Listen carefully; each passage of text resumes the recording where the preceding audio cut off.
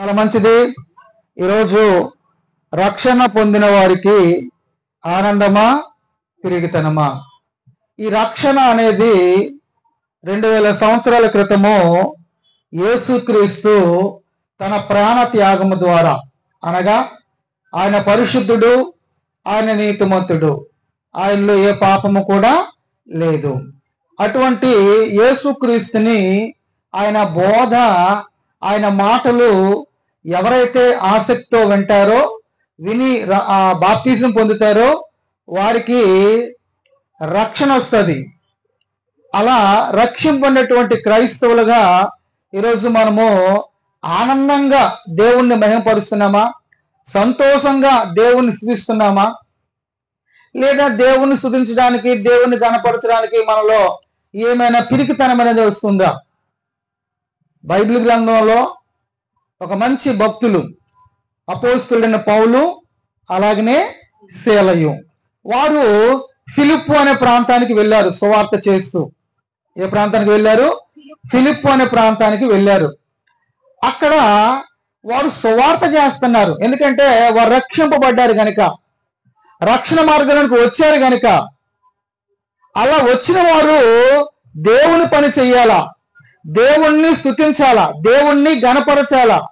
ఎక్కడ పడితే అక్కడికి వెళ్ళాలి, ఎవరికి పడితే వారికి చెప్పాలి. అది రక్షణ పొందిన మనము అనేకులను దేవుని వైపు మళ్లించడానికి మనము కష్టమైన, శోధనైన, శ్రమైన, బాధ అయినా మనము ముందుకు వెళ్ళాలి. అది ధైర్యం. అలాగే ఒకప్పుడు అపోస్తులు అనబడిన వారు ధైర్యంగా సువార్త ప్రకటన చేశారు. ధైర్యంగా సువార్త ప్రకటన చేశారు. వాళ్ళు ఒక ప్రాంతానికి వచ్చారు. ఆ ప్రాంతంలో వారు సువార్త ప్రకటన చేస్తుంటే వాళ్ళందరూ కూడా వారి లాభాలు పోతున్నాయి. అంటే ఒక దెయ్యం పట్టినటువంటి ఆ వ్యక్తులను మరి వారి దగ్గర తీసుకొస్తున్నప్పుడు, ఆ దెయ్యాన్ని వెలగొడుతున్నప్పుడు వారికి ఎంతో లాభం వస్తుంది, వారు ఎంతో ధనాన్ని సంపాదిస్తున్నారు. అలాగే ఆ ప్రాంతానికి పౌలు గారు, శీల గారు వారు సువార్త చేయడానికి వచ్చారు. వాళ్ళు దేవుడి మాటలు చెబుతుంటే ఏ ఒక్కరు కూడా ఆ స్థలానికి వెళ్ళడం లేదు. వాళ్ళందరూ అసూయ చెంది, వారందరూ కూడా మా లాభం పోతుంది కనుక, ఇది వీరి వల్ల జరుగుతుంది కనుక వారి మీద దొమ్మిగా పడి, ఎలా పడ్డారండి? దొమ్మిగా పడి వారిని వీళ్ళు గలిబిలి చేస్తున్నారు. ఈ పట్టణాన్ని గలిబిలి చేస్తున్నారు. అంటే దేవుని మాటలు చెబితే గలిబిలా? చాలా మందికి అలాగే ఉంటుందండి.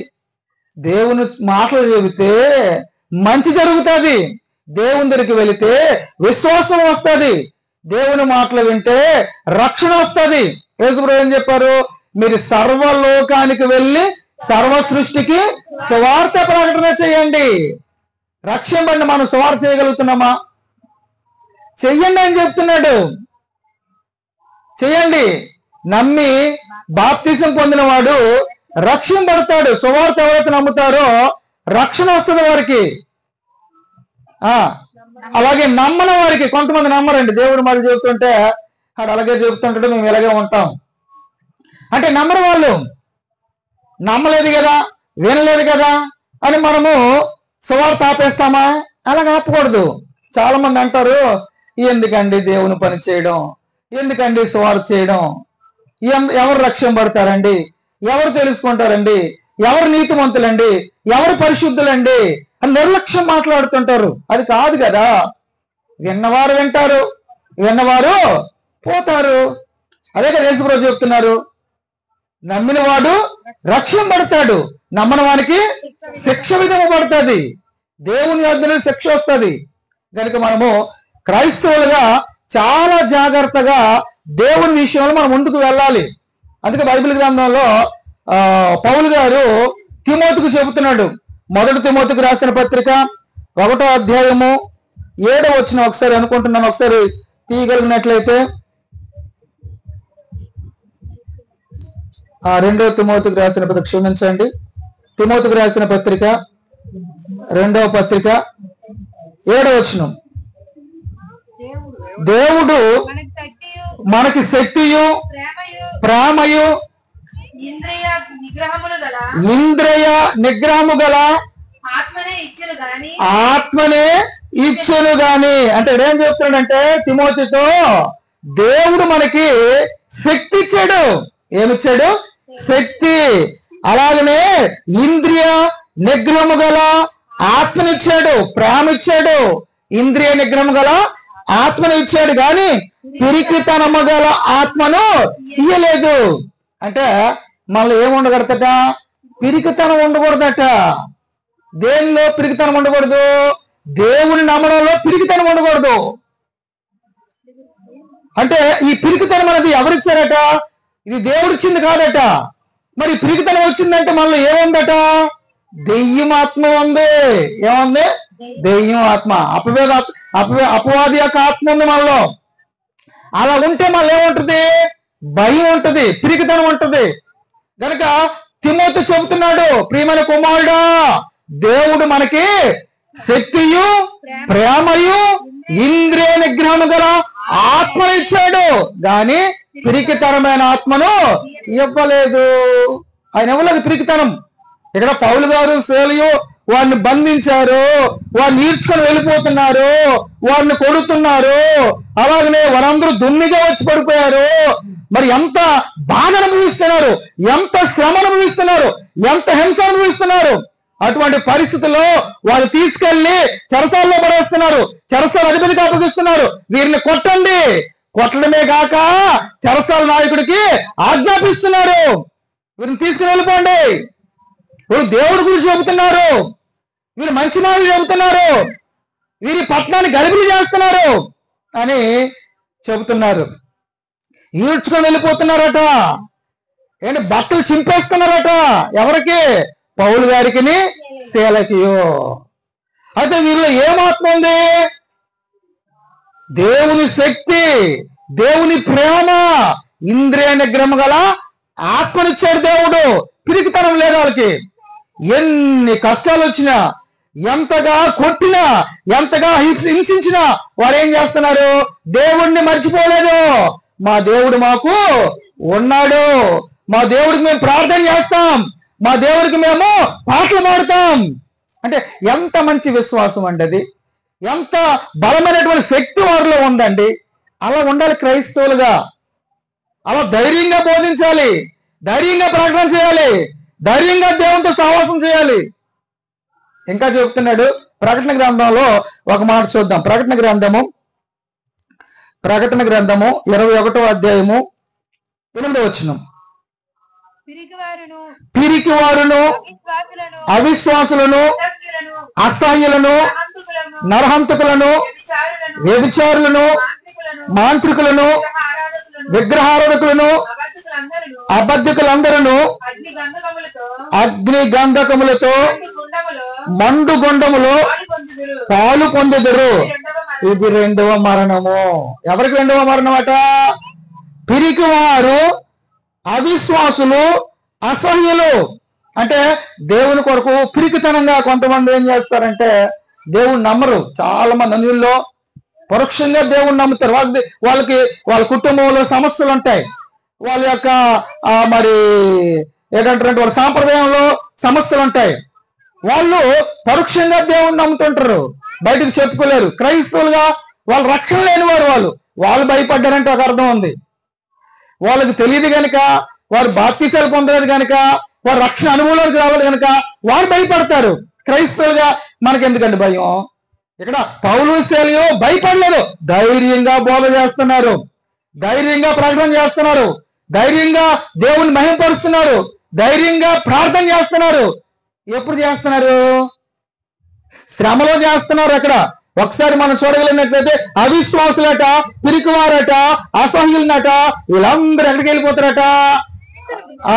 నరకానికి వెళ్ళిపోతారు, ఆ అగ్ని గంధకాలకు వెళ్ళిపోతారు, మండు గుండంలోకి వారు పాలు పొందుతారు. ఇదే రెండవ మరణం అంటున్నాడు. ఇదే రెండవ మరణం. ఎంత భయంకర పరిస్థితి. మనం దిగజారకూడదు, రక్షింపండి. మనం దేవుడు మనకి అందరికీ తెలియజేస్తున్నాడు. ప్రపంచంలో ఎంతమంది క్రైస్తవులు ఉన్నారో వారందరికీ దేవుడు తెలియజేస్తున్నాడు. పౌలు గారు శీల గారి యొక్క భక్తి, పౌలు గారు శీల యొక్క ధైర్యం, వారిలో పిరికితనం లేదు. తిమోతికి చెబుతున్నాడు, ఏమండి ఆ ఫిలిప్పి పట్టణంలో వారు శ్రమలు అనుభవిస్తున్నారు, ఈడ్చుకొని వెళ్ళిపోతున్నారు, కొడుతున్నారు. అలాగే వారు భక్తిలో మాత్రము తప్పిపోలేదట. అది అపోస్తల కార్యంలో 16వ అధ్యాయంలో మనకు కనబడుతుంది. 22వ వచనం. అప్పుడు జనసమూహము వారి మీదకి దొమ్మిగా వచ్చాను. జనసమూహం మొత్తం వచ్చారు వారి మీదకి. అలాగొచ్చి న్యాయాధిపతులను వారి వస్త్రములను లాగేసి వారిని బెత్తములతో కొట్టవాలని ఆజ్ఞాపించారట. వారి వస్త్రాలు పీకేశారటండి. సువార్త చేస్తాను తప్ప? ఈరోజు సమాజంలో సువార్త చేస్తే తప్ప? ఎవరన్నారు తప్పని? మనకు అర్థం కాలేదు కనుక దేవుని మాటలు చెబితే ఇది తప్పని, ఇది నేరం అని ఈ సమాజం అనుకుంటుందంటే ఈ సమాజానికి ఏం అర్థం అయ్యింది? ఏం అర్థం కాలేదండి. నువ్వు చెప్పవు, చెప్పిన వారితో సహకరించవు. ఏం అర్థమైంది మనకి? ఇక్కడ చెబుతున్న మాట అదే. అయితే బట్టలు లాగేసి వారిని బెత్తములతో కొట్టాలని నాయకులు, అధికారులు ఆజ్ఞాపించారట.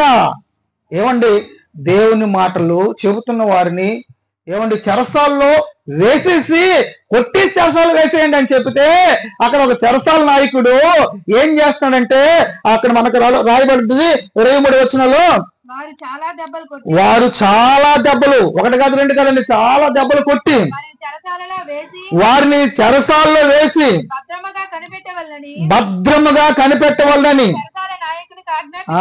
ఎట్టి పరిస్థితుల్లో వారు పారిపోవడానికి వీల్లేదు, తప్పించడానికి వీల్లేదు. వారిని కొట్టాలి, చాలా దెబ్బలు కొట్టాలి. అలాగే వారిని చెరసాల్లో భద్రంగా ఉంచాలి, పారిపోవడానికి వీల్లేదు. భద్రంగా ఉంచాలి అంటే ఏం చేయాలా? తలుపులు వేసి బిగించాలి అన్నప్పుడు మరి ఆ అధికారులు చెప్పినటువంటి మాటలు వినాలి కదా. చెరసాల నాయకుడు తీసుకెళ్ళాడు, కొట్టించాడు, ఆ ఆజ్ఞ ప్రకారంగా వారికి కాళ్ళకు బొండాలు వేయించాడు, బిగించేశాడు, తీసుకెళ్లి ఆ చెరసాల్లో పడేశాడు. మరి చెరసాల్లో ఎంతమంది ఉంటారు అమ్మా? మీరు మాట్లాడాలి. చెరసాల్లో ఎంతమంది ఉంటారు? చాలా మంది ఉంటారు. చెరసాలకు ఎవరు వెళ్తారు? ఏమండి, తప్పు చేసిన వారు. మరి వీళ్ళు తప్పు చేశారా? తప్పు చేయలేదు, కానీ ఇది దైవద్రోహం, అనగా దేవుని గురించి మాట్లాడితే ఇది దైవద్రోహం అని చెరసాల్లో వేశారు. నరహత్య చేసిన వారిని, దొంగతనం చేసిన వారిని, అండ్ దోచుకునే వారిని చెరసాల్లో వేస్తారు. అలా వారిలో కూడా వీళ్ళు కూడా చెరసాల్లో బంధింపబడ్డారు. బొండలు వేసేశారు, చేతులకి కాలుకి బొండలు వేశారు. పరిగెట్టడానికి వీల్లేదు, తప్పించడానికి వీల్లేదు. ఎంత శ్రమ, ఎంత కష్టం. ఎందుకు వచ్చింది వాళ్ళకి? దేవుని గురించి, యేసుని గురించి ప్రకటన చేస్తుంటే సహించలేకపోతున్నారు అక్కడ ప్రజలు. అవునా? సహించలేరండి. అలా సహించలేకపోతుంటే పడేశారు. ఆ రాత్రి ఏం జరిగిందో 20వ వచనం. అయితే మధ్యరాత్రి వేళ పౌలును శీలయు దేవునికి ప్రార్థిస్తూ కీర్తనలు పాడుచు ఉండిరి, ఖైదీలు విలుచుండిరి. అబ్బా, అక్కడ చాలా మంది ఖైదీలు ఉన్నారట. ఎంతమంది ఉన్నారో మనకి రాయబడలేదు, కానీ వీళ్ళిద్దరే ఎవరు? క్రైస్తవులు, పౌలు శీలయు. వీరు మాత్రం ఏం చేస్తున్నారు? మధ్యరాత్రి వేళ, మధ్యరాత్రి మనకెంత? సుమారుగా 12, 1 గంట ఏమండి, ఆ టైం మధ్యరాత్రి అంటారు. ఆ రాత్రి కాల సమయంలో మరి పౌలు శీలయు ఏం చేస్తున్నారు? పాటలు పాడుతున్నారు, ప్రార్థన చేస్తున్నారు. ఏమండి, వాళ్ళు శ్రమలో ఉన్నప్పుడు పాటలు పాడుతున్నారు, వాళ్ళు గాయాలతో ఉన్నప్పుడు ప్రార్థన చేస్తున్నారు. ఏమండి, ఎప్పుడు చేస్తున్నారు? మధ్యరాత్రి వేళ ప్రార్థన చేస్తున్నారు, పాటలు పాడుతున్నారు. మనం ఎప్పుడు పాటలు పాడతాం? మనం ఎప్పుడు ప్రార్థన చేస్తాం? మధ్యరాత్రి ఎవరైనా పాటలు పాడతారా? మధ్యరాత్రి ఎవరైనా ప్రార్థన చేస్తారా? హ్యాపీగా మంచి నిద్రలో వెళ్ళిపోతాం మధ్యరాత్రి వేళ. కానీ ఆ రాత్రి వేళ పడుకోవచ్చు కదా. వీళ్ళు ఏం చేస్తున్నారు? పాటలు పాడుతున్నారు, ప్రార్థన చేస్తున్నారు. పాటలు పాడితే, ప్రార్థన చేస్తే ఖైదీలు వింటున్నారట. అయితే ఖైదీలు వింటున్నారు, అలాగే చెరసాల నాయకుడు కూడా అక్కడ వింటున్నాడు. ఇక్కడ ఏం జరిగిందో ఒకసారి మనం చూద్దాం. అప్పుడు అకస్మాత్తుగా మహాభూకంపము కలిగను, చెరసాలు పునాదులు అదిరెను. వెంటనే తలుపులన్నీ తెరుచుకొనెను, అందరి బంధకాలు ఊడని. ఇప్పుడు ఏం జరిగింది? అకస్మాత్తుగా పాటలు పాడుతున్నారు, ప్రార్థన చేస్తున్నారు, అకస్మాత్తుగా భూకంపం వచ్చింది. ఈ భూకంపం రాగానే పునాదులు ఎదిరిపోయాయి, అలాగే తలుపులన్నీ తెరుచుకున్నాయి. తలుపులకి తాళా వేస్తారు, అవన్నీ ఊడిపోయాయట భూకంపానికి. అలాగనే అందరి బంధకాలు బొండలు వేసి బిగించారు కదా చేతులకి కాళ్ళకి, అవన్నీ ఎగిరిపోయాయట. భూకంపం శబ్దం అండి. ఆ శబ్దానికి చూడండి, మనకి ఏదైనా పండుగ వచ్చేటప్పుడైనా, ఏదైనా పెళ్ళి అయినప్పుడైనా డీజే బాక్సులు పెడతారు సౌండ్లు. మొన్న ఒక పెళ్లికి డీజే బాక్సులు పెట్టి పాటలు వినబడుతున్నాయి. ఇక్కడ మనం ఇంట్లో ఉన్నాము, ఈ కిటికీలు గుమ్ గుమ్ ఎగిరిపోతున్నాయి, కదిలిపోతున్నాయి. అంటే అంత సౌండ్ వస్తుంది. ఏంటి ఈ డీజే బాక్సులకే కిటికీలు తలుపులు కదులుతాయా? చెవులు ఎదిరిపోతాయా? అదిరిపోతాయి. సౌండ్ అలాగుంటుంది. అలా భూకంపం వస్తే ఎలాగుంటుంది? మనకు భూకంపం వస్తే ఏం జరుగుతుంది? భూమి పగిలిపోద్ది. ఈ డీజే బాక్సులు ఎన్ని బాక్సులు పెడితే భూకంపము అంటే భూమి కదిలిపోద్దా? భూమి విడిపోద్దా? విడదు. కానీ భూకంపం వస్తే భూమి కదిలిపోద్ది, భూమి పగుళ్ళిస్తుంది. అలాగనే అక్కడ ఈ భూకంపం రాగానే ఏమైంది? పునాదులు ఎదిరిపోయాయి, తలుపులన్నీ తెరిచిపోయాయి, అందరి బంధకాలు ఊడిపోయాయి. ఎలాంటప్పుడు అక్కడ ఉన్న ఖైదీలు ఏం చేయాలా? పారిపోవాలా. మన ఆయన మంచి పని జరిగింది, బాగా వచ్చింది భూకంపం, మాకు విడుదల వచ్చింది, హ్యాపీ అనుకొని ఈ ఖైదీలందరూ ఎన్ని సంవత్సరాలు పెట్టున్నారు అక్కడ? ఇప్పుడు పారిపోవాలా. అక్కడట మరి ఏ ఒక్కరు బయటికి వెళ్ళలేదు. అప్పుడు వీళ్ళందరూ పారిపోయారని ఆ చెరసాల నాయకుడు వచ్చి తనకు తానుగానే కత్తి తీసుకొని తన్ను తాను చంపుకోవాలని ప్రయత్నం చేశాడు, ఆత్మహత్య. ఎందుకంటే ఎలాగో ఖైదీలు తప్పించుకుంటారు, ఈ సమయంలో నా మీద అధికారులు ఏం చేస్తారో నన్ను చంపేస్తారు. వాళ్ళు చంపక ముందే నేను చచ్చిపోతేనే నాకేమైనా మంచి మర్యాద, ఏమైనా మర్యాద. ఒకరి చేతుల మీద చచ్చిపోలా, నాకు నేనుగానే చంపుకుంటాను అని కత్తి తీసుకొని ప్రయత్నం చేస్తున్నాడు. అయితే అక్కడ ఏం జరిగింది? అప్పుడు సౌలు ఎంత మంచి భక్తి పరుడు అండి. సౌలు ఎంత గొప్ప వ్యక్తి అండి. ఆయన చూశాడు, ఆయన కత్తి తీశాడు. ఎవరు? చెరసాల నాయకుడు. తను తాను పేక మీద చంపుకోవాలని ప్రయత్నం చేస్తున్నాడు. అప్పుడు అంటున్నాడు ఆయన, ఇదిగో నీవు ఏ హాని చేసుకోవద్దు, మేమందరము కూడా ఎక్కడైనా ఉన్నామని దగ్గరగా గట్టిగా చెప్తున్నాడు. హే, మేమందరం ఎక్కడే ఉన్నాం, నువ్వేం హాని చేసుకోవద్దు అంటే. ఇక్కడ లేకపోతే హాని చేసుకుంటాడు. నువ్వు ఎక్కడ ఉన్నాం కదా, నువ్వెందుకు చంపుకుంటావు, ఎందుకు ఆత్మహత్య చేసుకుంటావు అని సౌలు అంటుంటే అతడు ఇప్పుడు ఏం చేశాడు? అతడు అప్పుడు దీపం తెమ్మని చెప్పి లోపలికి వచ్చి వణుకుచు సౌలుకును శీలకును సాగిలి పడుతున్నాడు. ఇతడు పెద్ద నాయకుడు, అధికారి. ఏమండి, దీపం తెమ్మని చెప్పాడు. ఇతడు మాట్లాడుతున్నాడు, ఇది నిజమేనా? అందరూ ఉన్నారా? ఒకసారి ఆ వెలుగులో చూద్దాం అని దీపం తెప్పించాడు.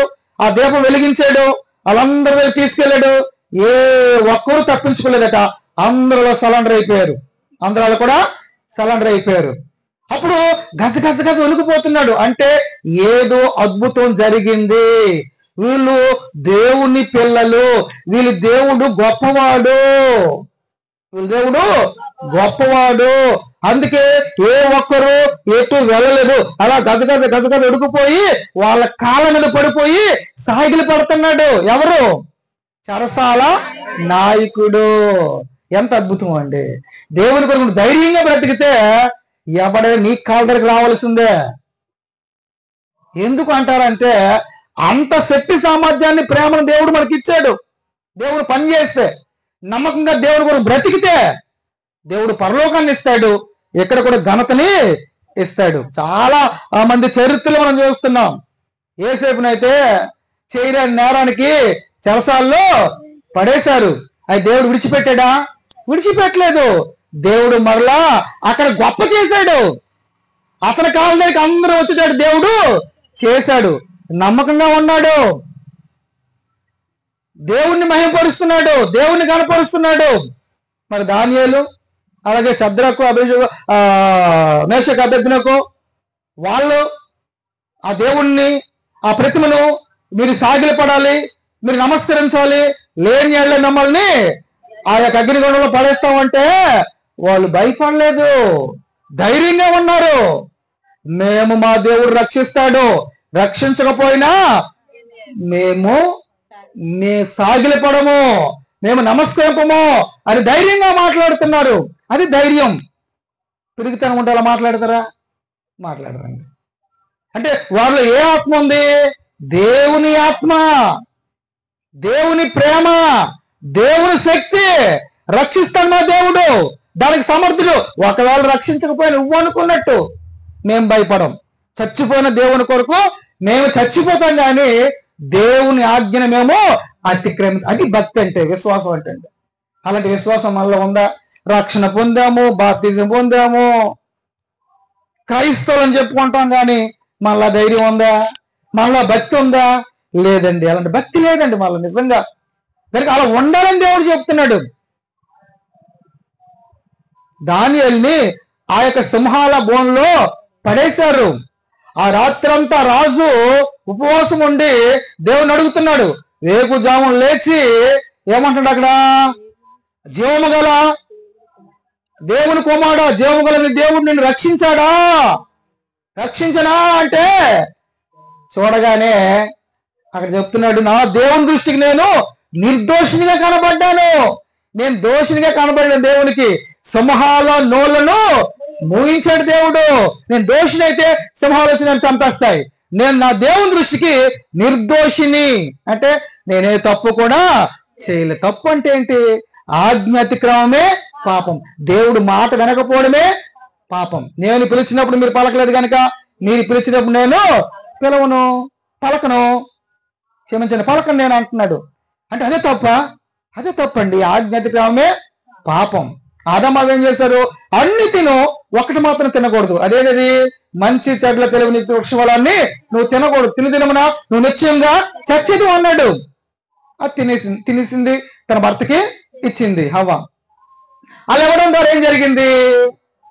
మరణాన్ని కొని తెచ్చుకున్నారు. అదే పాపము. దేవుని మాట వినకపోవడమే పాపం. నేనేం చేశాను? దొంగతనం చేశాను, అబద్ధం ఆడానా, మోసం చేశానా, ఎవరు దోచుకున్నా? అది కాదు నాయన. మనకి మీద విషయాలు మనకు తెలుసు, మనకు పై విషయాలే తెలుసు, బోల్డ్ ఉన్నాయి. ఆయన మాటలు పాటించకపోతే ఎంత ఆజ్ఞలన్నీ కూడా ఉట్టు వృధా అయిపోద్ది మనకి. కనుక వీళ్ళు నిలబడ్డారా? వీళ్ళు పాటించారా? పాటించారు. ఇప్పుడు ఏం చేస్తున్నాడు? మేమందరము ఎక్కడైనా ఉన్నామని దగ్గరగా కాకు వేసినప్పుడు అతను చూసి అయ్యా అని వారిని వెలుపలకు తీసుకుని వచ్చి, అయ్యలారా రక్షణ పొందుటకు నేనేమి చెయ్యాలి? ఇప్పుడు ఏమంటుంది? మనసు మారుతుంది. ఎవరి మనసు మారుతుంది? సరసాల నాయకుడు మనసు మారిపోతుంది. ఇంతలో వీరిలో ఎంత నిజాయితీ ఉందా, వీరిలో ఎంత యథార్థత ఉందా, ఇంతకీ వీళ్ళు పాటలు పాడడం ఏంటి, వీళ్ళు ప్రార్థన చేయడం ఏంటి, ఈ పాటలు ప్రార్థన విన్నా వీళ్ళందరూ పారిపోకుండా వీళ్ళుండిపోవడం ఏంటి? నిజంగా వీళ్ళు దేవుడు గొప్ప. ఆ దేవుడిని నేను నమ్ముకోవాలి, ఆ దేవుణ్ణి నమ్ముకోవాలి.